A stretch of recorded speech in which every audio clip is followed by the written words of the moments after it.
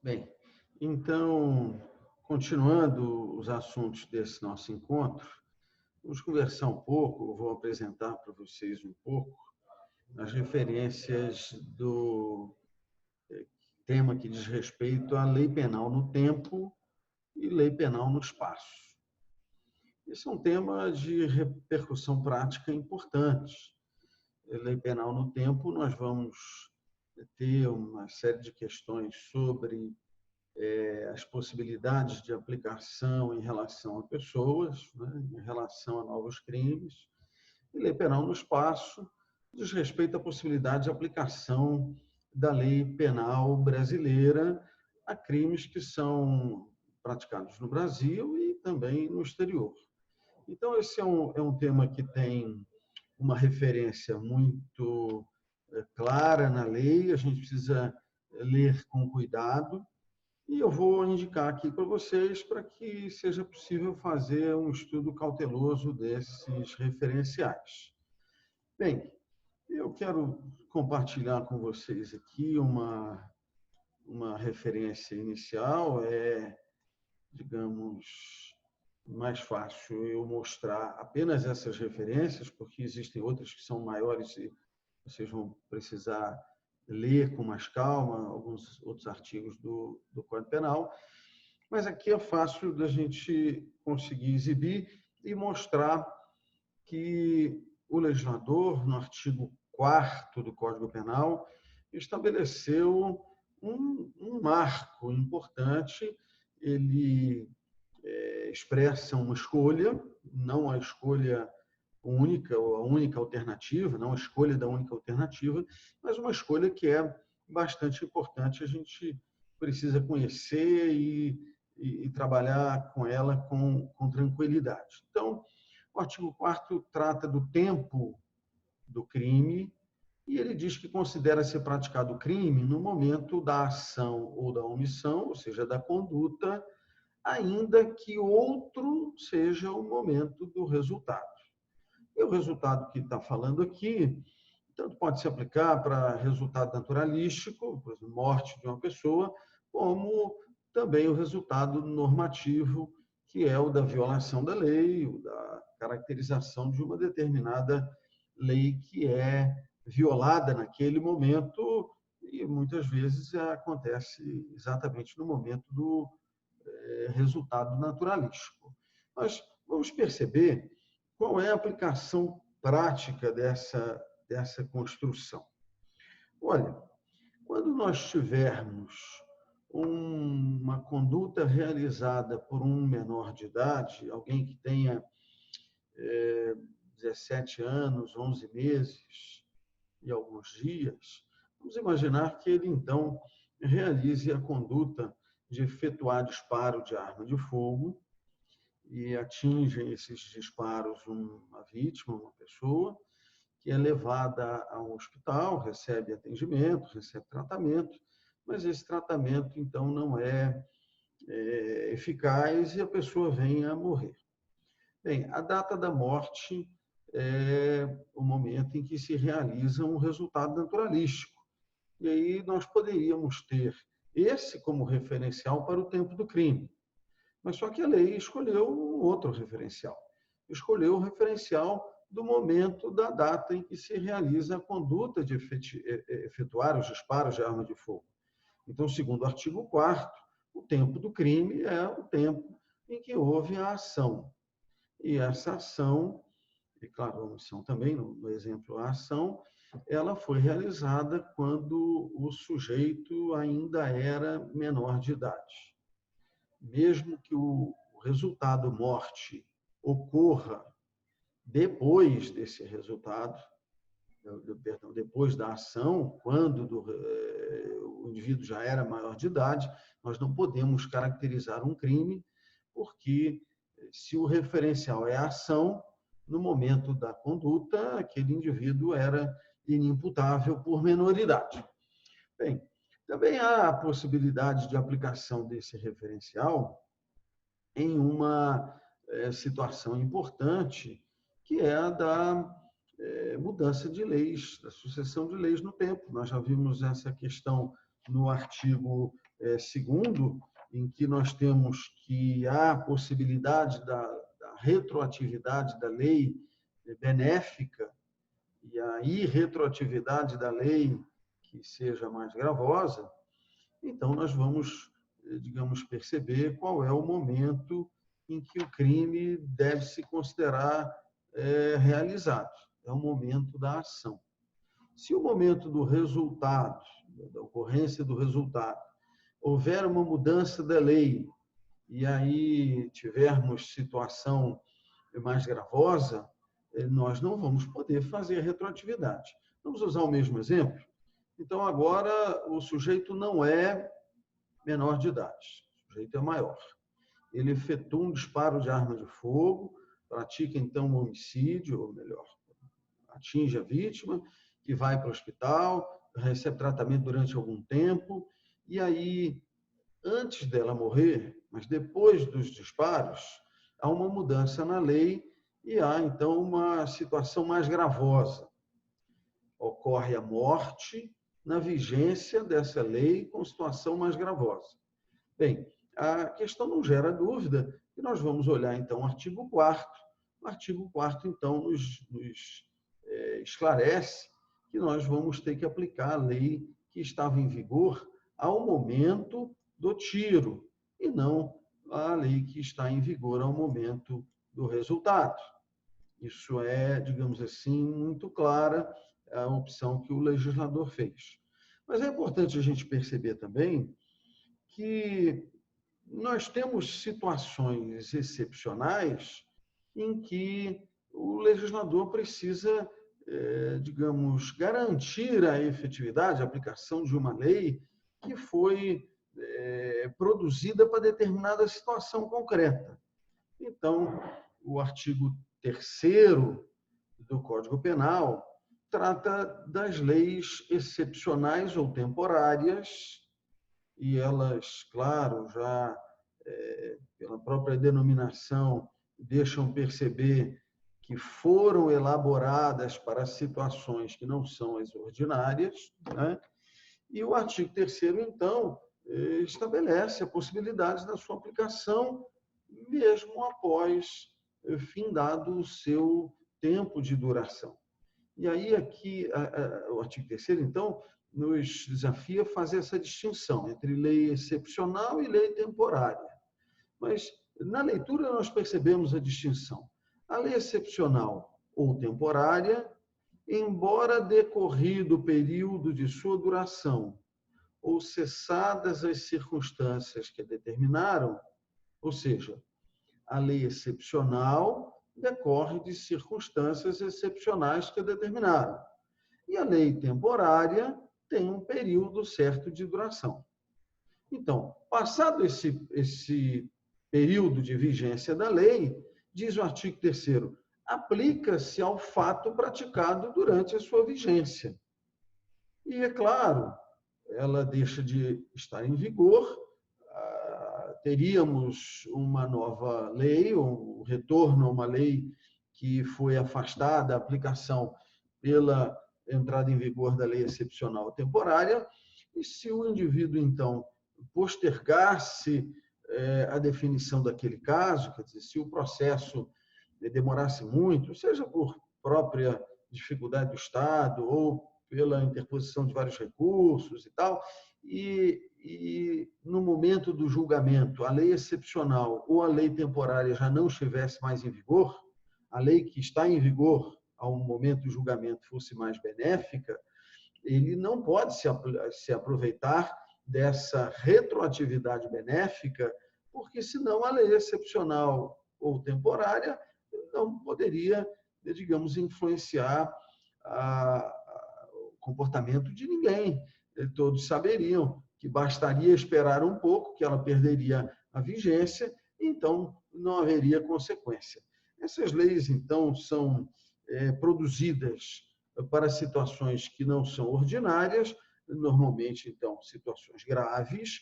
A incriminação que é produzida nesse contexto é uma incriminação para evitar a prática de fatos ou de condutas que são de maior relevância, são normalmente condutas que se inserem nesse contexto de gravidade da situação. E, para garantir essa aplicação, nós temos uma previsão específica que mantém a aplicação da lei, que já não está mais em vigor ao momento do julgamento, para que ela tenha, então, alguma efetividade. Bem, nós temos que agora examinar o lugar do crime, e vejam que o lugar do crime tem uma escolha diferente. O lugar do crime agora já é um referencial mais abrangente do que o referencial do tempo do crime. E aí o artigo 6º do Código Penal diz: considera-se praticado o crime no lugar em que ocorreu a ação ou omissão, no todo ou em parte, bem como onde se produziu ou deveria produzir-se o resultado. Percebam que esse referencial é mais abrangente, porque é possível que a ação aconteça em um lugar e o resultado aconteça em um outro lugar. E o artigo 6º, então, ao fazer uma escolha mais ampla do que a escolha relacionada ao tempo do crime, que está vinculado apenas à ação ou omissão, independentemente do resultado, ele permite a aplicação da lei brasileira em um número maior de situações. Isso aqui é importante perceber na análise do artigo 6º, ou seja, quando nós estamos interessados por estabelecer o local do crime, nós estamos, então, querendo permitir a aplicação da lei brasileira. A lei brasileira se aplica no território brasileiro.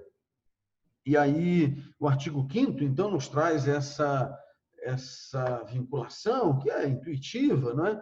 A lei brasileira não vai se aplicar no território de país estrangeiro, porque haveria, então, a questão da soberania desse país estrangeiro, da mesma forma que a lei brasileira, a lei estrangeira não se aplicaria no território brasileiro. Bem, essa relação entre os países vai permitir digamos, um certo ajuste para as questões que ainda dizem respeito essencialmente à manutenção dessa soberania. Então, há um acordo entre os países. Mas vamos começar, então, a examinar essa questão. E o artigo 5º do Código Penal fala que aplica-se a lei brasileira sem prejuízo de convenções, tratados e regras de direito internacional ao crime cometido no território nacional. Então, essa é a regra. Quer dizer, a lei estrangeira do país estrangeiro se aplica no respectivo território. E aqui também a mesma coisa acontece. Bem, só que nós temos que entender esse elemento normativo que diz respeito a uma referência complexa. Né? O que é o território brasileiro? A primeira coisa que a gente tem em mente é o solo, né? Que está compreendido nos limites internos da nossa fronteira, ou das nossas fronteiras com os demais países. Mas também nós temos uma perspectiva de mar, nós temos o espaço aéreo, nós temos o subsolo. Então, nós temos alguns referenciais aqui que são necessários examinar.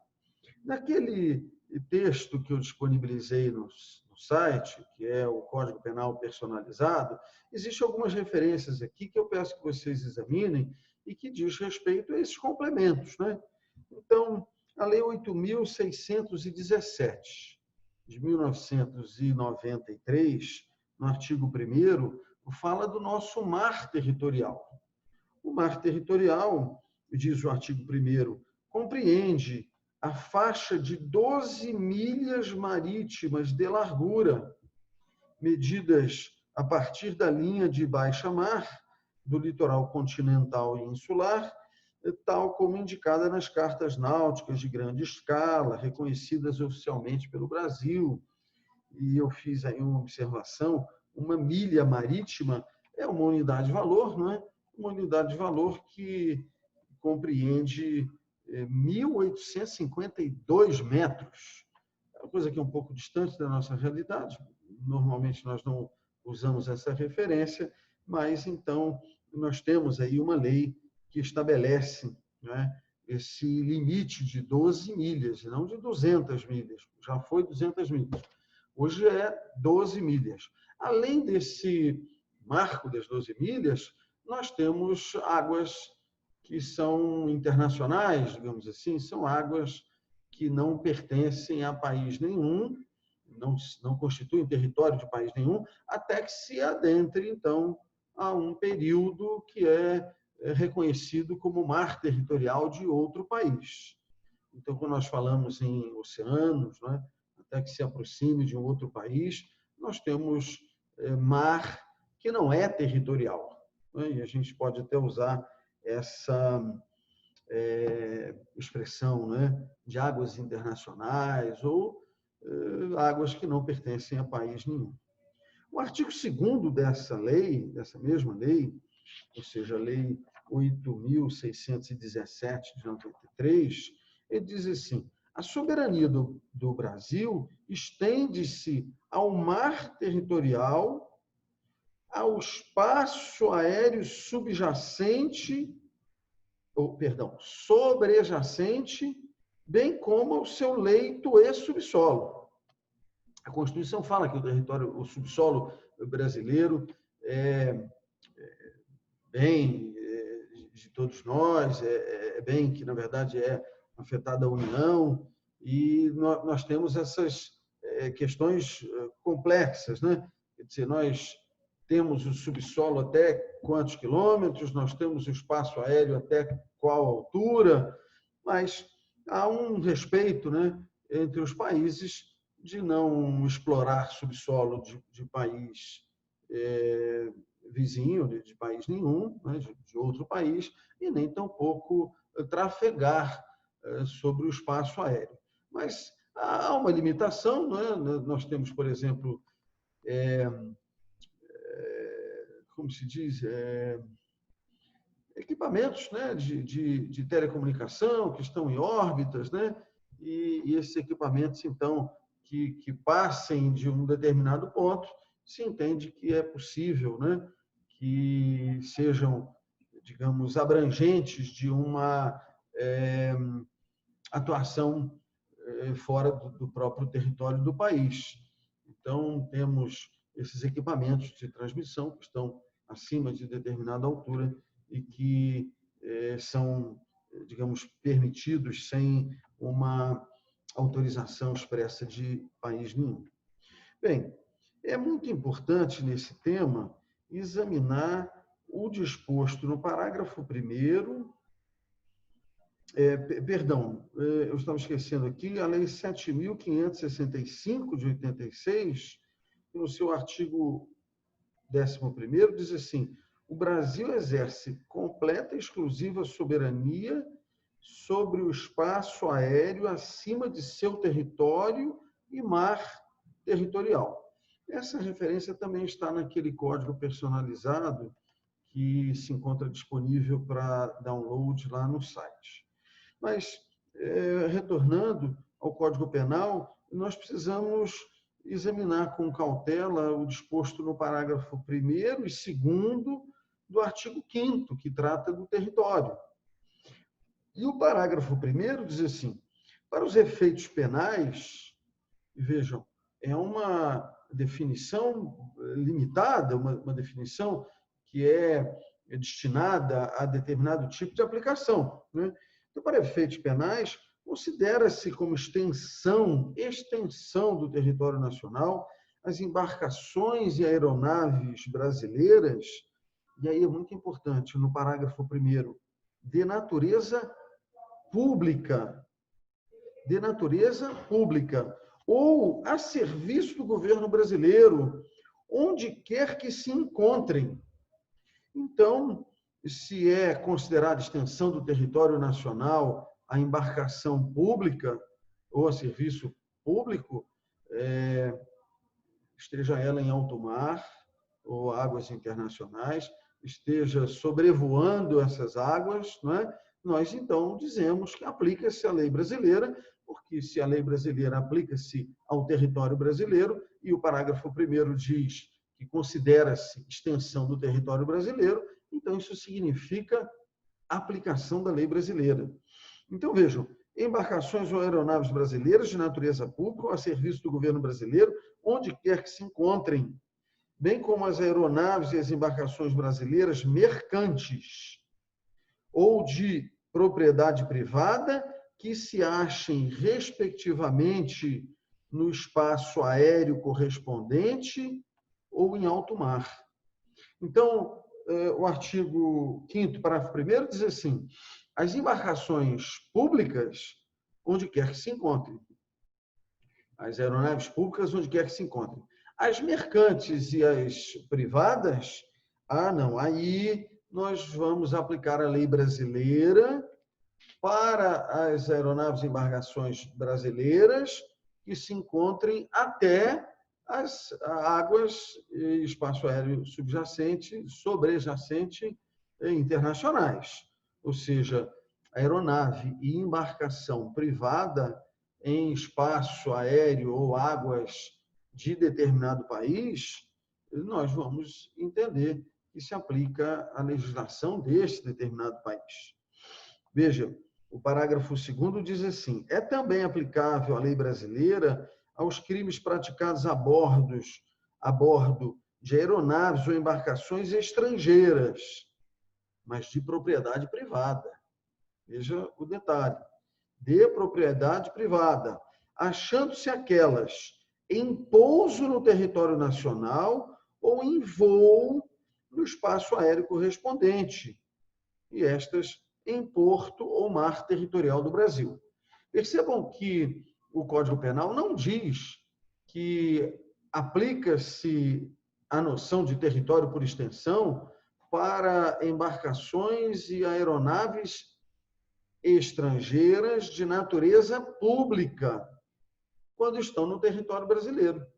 Então, um navio da Marinha estrangeira, ainda que em águas nacionais, não invadimos esse espaço de soberania, ou seja, não constitui, não é considerado território brasileiro, e também não há, digamos, aplicação da lei brasileira.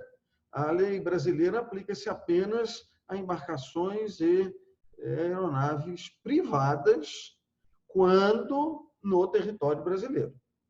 E é uma perspectiva de respeito recíproco, né, à soberania de cada um desses países. Bem, esses dois dispositivos também nos chamam a atenção para uma questão muito importante, que diz respeito a, digamos, espaços que, em algumas discussões, parecem ou são apresentados como imunes de aplicação de lei brasileira. Aqui não há referência a nenhuma restrição à aplicação de lei brasileira às embaixadas de países estrangeiros que estão situadas no Brasil. Como também não se diz aqui que a embaixada brasileira no exterior é a extensão do território brasileiro. Percebam, a embaixada do Brasil em Roma, sempre muito lembrada por estar num local muito nobre da cidade de Paris, não é extensão do território brasileiro. O crime cometido lá contra o embaixador, aí nós vamos ver na aplicação da lei em relação às pessoas, existe ali uma consideração especial. Mas não é território brasileiro a embaixada brasileira no estrangeiro, como não é território estrangeiro a embaixada de país estrangeiro que se situa no Brasil. Isso é muito importante e para fins penais também não está muito claro, não pode haver dúvidas. Como isso acaba acontecendo, ou essa referência acaba sendo utilizada indevidamente em muitas discussões que nos são próximas, da universidade, a universidade também não é local fora do território brasileiro. A Universidade Federal, o campus da Universidade Federal faz parte do território brasileiro. Não se justifica nenhuma informação de que a polícia não entra, só entra a Polícia Federal, não entra a Polícia Civil. Isso não procede, isso não tem previsão nenhuma, nem no Código Penal, nem no Código de Processo Penal. Agora, como em qualquer lugar, seja a universidade, seja um cinema, seja uma lanchonete, seja um restaurante, quando nós tivermos crimes da competência da Justiça Federal, quem faz, então, a investigação, recolhe os elementos de prova é a Polícia Federal, encaminha ao Ministério Público Federal e vai fazer, então, a ação penal perante a Justiça Federal.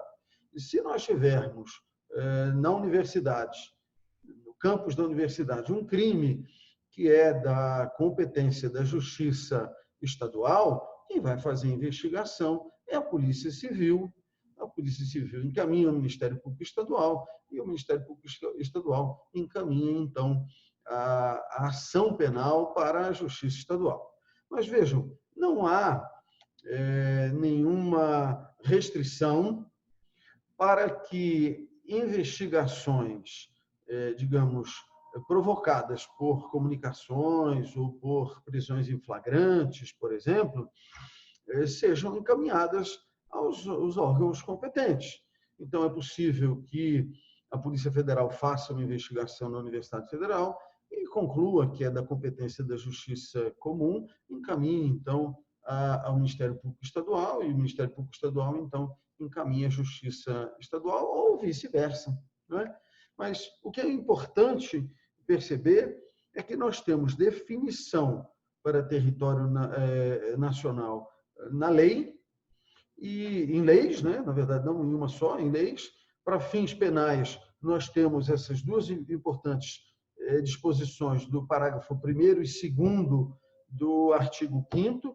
Elas se referem exclusivamente a embarcações e aeronaves, quando se pensa em extensão do território nacional, nada além disso, embarcações e aeronaves, e nós, então, aplicamos a lei brasileira nessas hipóteses. Mas percebam, a referência ao território brasileiro não é apenas para o local de realização da conduta, ou seja, da ação ou da omissão. Lembram? O artigo 6º, que define o lugar do crime, diz que o lugar do crime é tanto o local onde ocorre a ação ou omissão, quanto o local onde ocorre o resultado. Então, agora, cada vez mais se torna importante fazer a reflexão, nós temos muitos crimes praticados por meio das redes, ou da rede mundial de computadores e suas, digamos, parcelas, né? Seus subsistemas, suas redes sociais. Então, é possível que um provedor que esteja situado fora do país tenha lá uma conta de uma pessoa que também mora ou realiza uma determinada conduta fora do Brasil, mas que produz efeitos lesivos em pessoas que estão no território brasileiro, por disposição do artigo 6º, aplica-se a lei brasileira. Bem, é claro que essa construção ela é protetiva dos interesses dos brasileiros, mas traz uma série de dificuldades, né?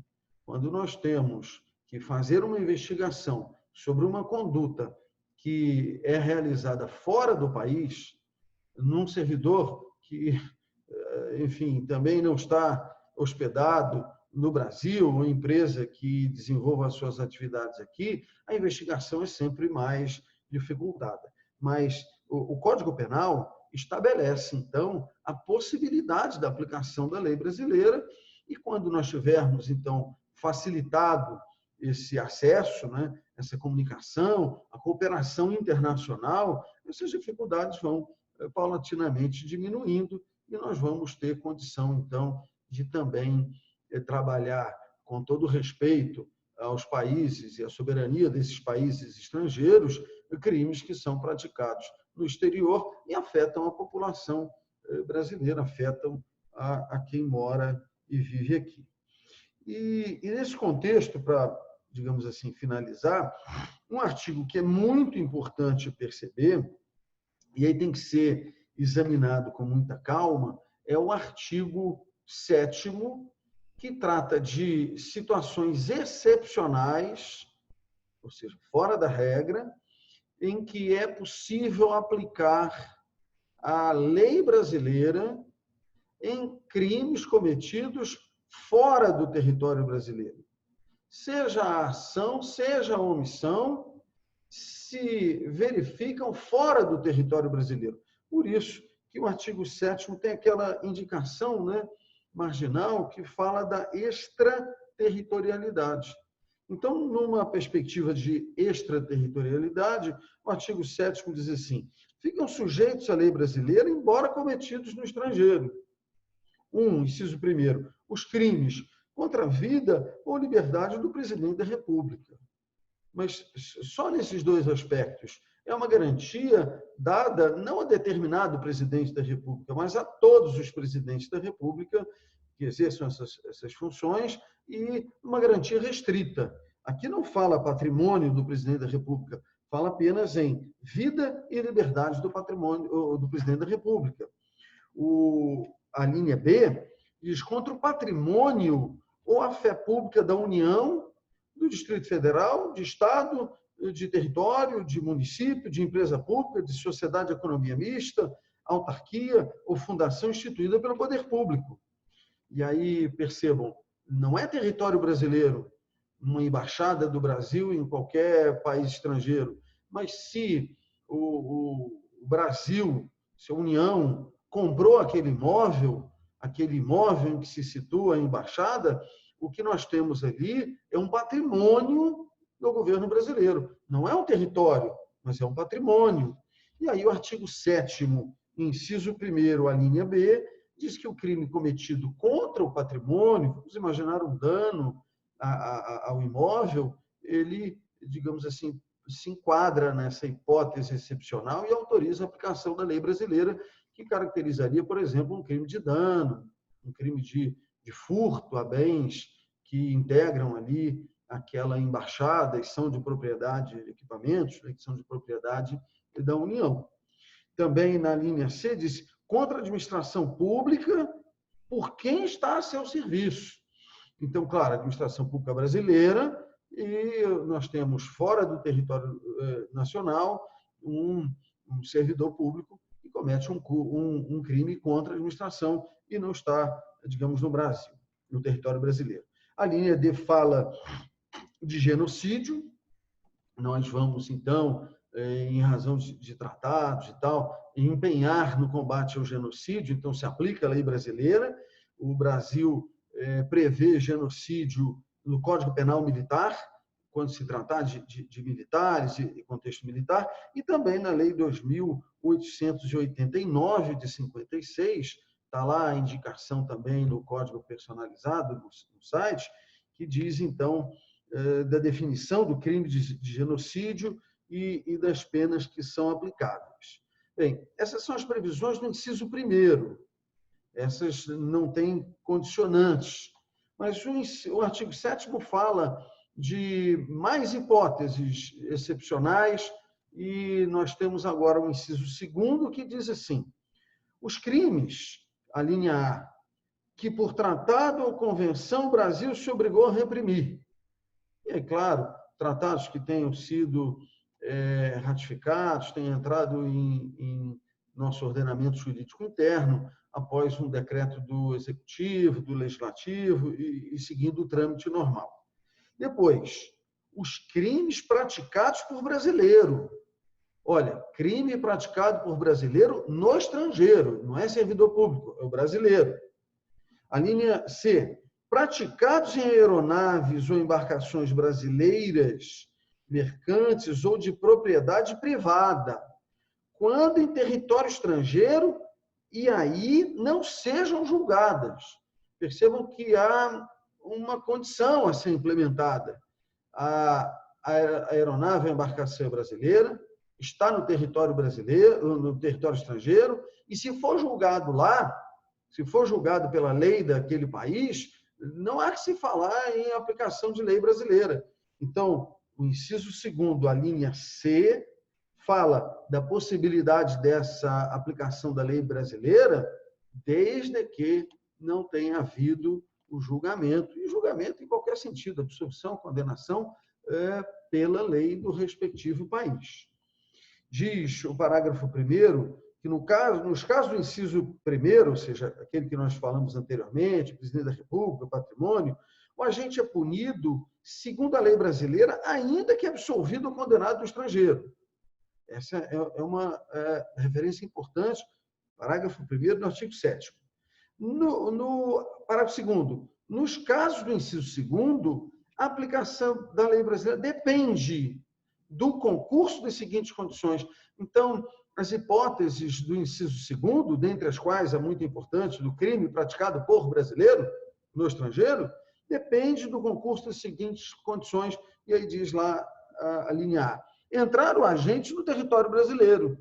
Ou seja, diante dessa dificuldade toda de processo, investigação e mesmo captura para fazer cumprir as decisões, o legislador brasileiro diz assim, olha, nós só vamos aplicar a lei brasileira na medida em que o brasileiro retorne ao Brasil, na medida em que esse agente de crime esteja no Brasil, então surge a obrigação de investigar, de processar e julgar em razão da aplicação da lei brasileira. Depois, na linha B, ser o fato punível também no país em que foi praticado. Isso é muito importante, porque imaginem um exemplo que eu acho que é bastante significativo das drogas.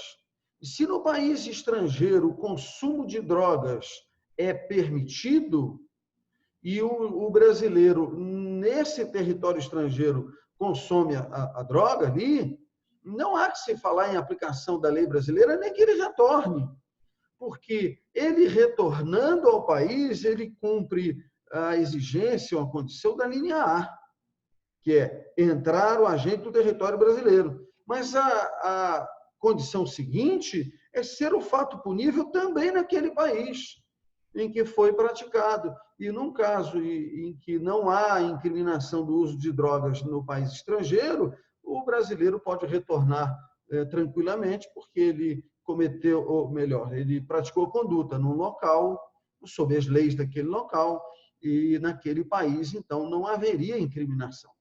É como se fosse uma autorização. Aqui é possível fazer determinada conduta que no seu país não é.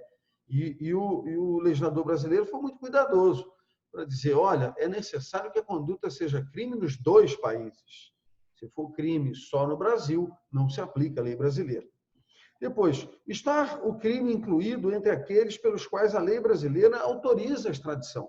A extradição é a devolução, né, digamos assim, é o encaminhamento do brasileiro que está no estrangeiro ao Brasil, só se faz extradição de nacional, né, de brasileiro, e essa é uma outra exigência em que o crime seja daqueles que o brasileiro autoriza também, o Brasil autoriza também o encaminhamento dos estrangeiros.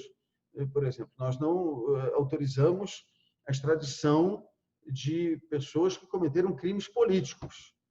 E a punição por crime político não autoriza. Pedir ao Brasil que prenda o estrangeiro aqui e que devolva esse estrangeiro ao seu país de origem. Então, da mesma maneira, nós não poderíamos fazer essa aplicação da lei brasileira em crimes políticos, porque aqui mesmo também não autorizamos isso. Depois, não ter sido agente absolvido no estrangeiro ou não ter aí cumprido pena, se ele lá cumpriu a pena, resolveu o problema. Não ter sido agente perdoado no estrangeiro ou, por outro motivo, não estar extinta a punibilidade, segundo a lei mais favorável. Essa é uma construção, digamos assim, importante, né? Estamos falando de excepcionalidade, então, cercando de cuidados para não aplicar pena duas vezes, não invadir esfera de soberania de país estrangeiro. Bem, O parágrafo 3º diz que a lei brasileira aplica-se também ao crime cometido por estrangeiro contra brasileiro fora do Brasil, parágrafo 3º, se reunidas as condições previstas no parágrafo 2º, não é? E não for pedida ou negada a extradição e houver requisição do ministro da Justiça. É claro que crime cometido por estrangeiro contra brasileiro, ou seja, o brasileiro é vítima no estrangeiro, o Brasil deve oferecer alguma medida de proteção, mas vejam, há uma dificuldade ainda maior. Então, deve-se observar aquelas mesmas condições, dentre as quais entrar o sujeito no território brasileiro, né? E ainda outras que se, digamos, acresce, né? O parágrafo 3º. O artigo 8º fala de algo importante, que é o cumprimento de pena. Então, o artigo 8º diz: cumprida a pena no estrangeiro, atenua a pena imposta no Brasil pelo mesmo crime quando diversas, ou nela é computada quando idênticas. E aí a gente é desafiado a conciliar o disposto no artigo 3º e artigo 8º com o parágrafo 2º do artigo 7º, que diz assim: não ter sido agente absolvido no estrangeiro ou não ter aí cumprido pena. Quando a gente concilia esses dois artigos, a gente percebe que se ele cumpriu uma pena menor do que aqui a gente aplicaria ou aplica, ele tem que cumprir esse saldo. Ele não poderia cumprir 2 vezes a mesma pena. Se há um entendimento diverso no que diz respeito à gravidade, a pena no Brasil mais grave permitiria o cumprimento de um saldo, né? Haveria o abatimento da pena cumprida no estrangeiro. O artigo 9º fala de sentença estrangeira, que fala que é necessário a homologação. A homologação dessa sentença estrangeira tem lá os seus requisitos de apresentação de documentos e tal. E, segundo o artigo 105 da Constituição, ela ocorre no Superior Tribunal de Justiça. O Superior Tribunal de Justiça tem a competência para examinar a legalidade dessa sentença estrangeira para que ela possa ser cumprida no país. E aí existe toda uma cooperação internacional que permite esse cumprimento de pena aqui. Bem, agora um último assunto relacionado a essa questão de tempo, né, que nós começamos falando de tempo e tempo da aplicação da lei penal, né, qual seria o tempo do crime, esse marco, mas existe uma outra questão importante a ser examinada e que diz respeito à contagem do prazo penal, do tempo penal. E o artigo 10º traz uma disposição que é muitíssimo importante, e nós temos que aqui fazer uma distinção entre o tempo penal e o tempo processual penal. O tempo penal é o tempo de cumprimento de pena, é o tempo da idade do sujeito, é o tempo que nós consideramos para a contagem da prescrição. O tempo processual penal é o tempo de prazo para apresentar recurso, prazo para contestar determinada alegação, e essas duas contagens obedecem a lógicas diferentes.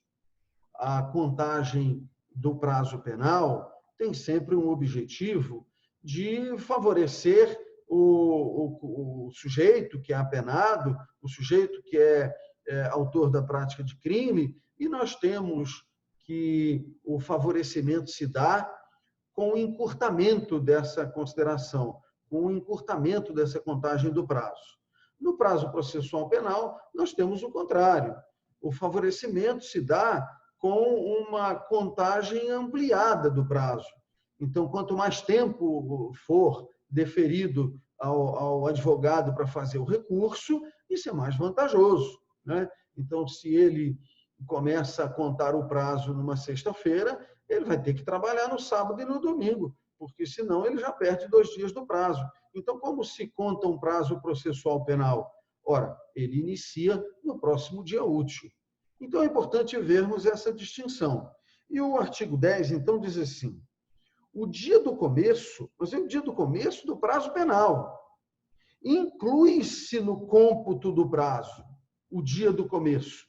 Então, quando nós pensarmos em indivíduo que começa a contar, ou melhor, começa o cumprimento da sua pena, e foi preso às 23 horas de um determinado dia, aquele dia começa a contar como um dia inteiro, muito embora, de fato, ele só tenha cumprido 1 hora, porque das 23 horas às 24 horas passa um novo dia e naquele dia ele só cumpriu 1 hora, mas nós vamos considerar como se aquilo fosse um dia inteiro de cumprimento de pena, porque o dia do começo inclui-se na contagem do prazo, diferente do processo penal, que é o próximo dia, o dia útil seguinte. Não é? Esse modo também de contar se aplica à prescrição. Então, a prescrição começa do dia em que o crime consumou. Vamos imaginar um homicídio. Então, o crime de homicídio é consumado às 23 horas do dia, determinado dia, e quando passa para o dia seguinte, já temos um dia de contagem de prazo de prescrição. Ok? Depois diz o artigo 10º, contam-se os dias, os meses e os anos pelo calendário comum. Então, toda essa distinção que alguns anos apresentam, né? Ano bissexto, ano que não é bissexto, nós temos meses com 30 dias, com 31 dias, não é? Nós vamos contar conforme o calendário comum. Então, se diz, por exemplo, vai ficar preso 1 ano, do dia do começo da pena até o ano seguinte, o dia anterior. Como é que é o dia anterior? Isso é muito importante a gente pensar e vamos fazer uma avaliação num período menorzinho, que é mais fácil de examinar. Uma semana tem 7 dias. E eu não posso contar 2 vezes o mesmo dia. Então, a semana não é de segunda a segunda. E se é de segunda a segunda, tem 2 vezes a segunda. Então, a gente conta até o dia da semana anterior. Então, vamos imaginar que temos que contar um prazo de 1 semana. E ele inicia na segunda-feira. Ele inicia na segunda-feira e acaba no domingo. E nesse domingo, a gente usa também a mesma lógica.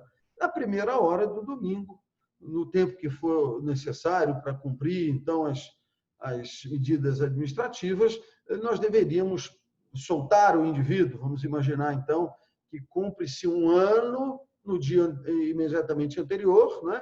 Ele foi preso em 19 de janeiro, ele vai ser solto em 18 de janeiro, não em 19 de janeiro, porque em 19 de janeiro eu vou ter 2 dias, 19 de janeiro, ele cumpriria, então, 1 ano e 1 dia. Eu tenho que soltá-lo no dia anterior.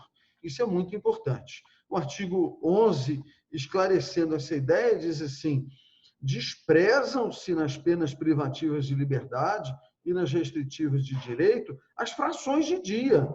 E na pena de multa, as frações de cruzeiro. Era uma medida que já não usamos mais, monetária, mas então a ideia é que nós temos uma contagem que beneficia sempre o réu, o condenado, desprezando-se as frações. Eu peço que vocês leiam com calma esses dispositivos que eu mencionei.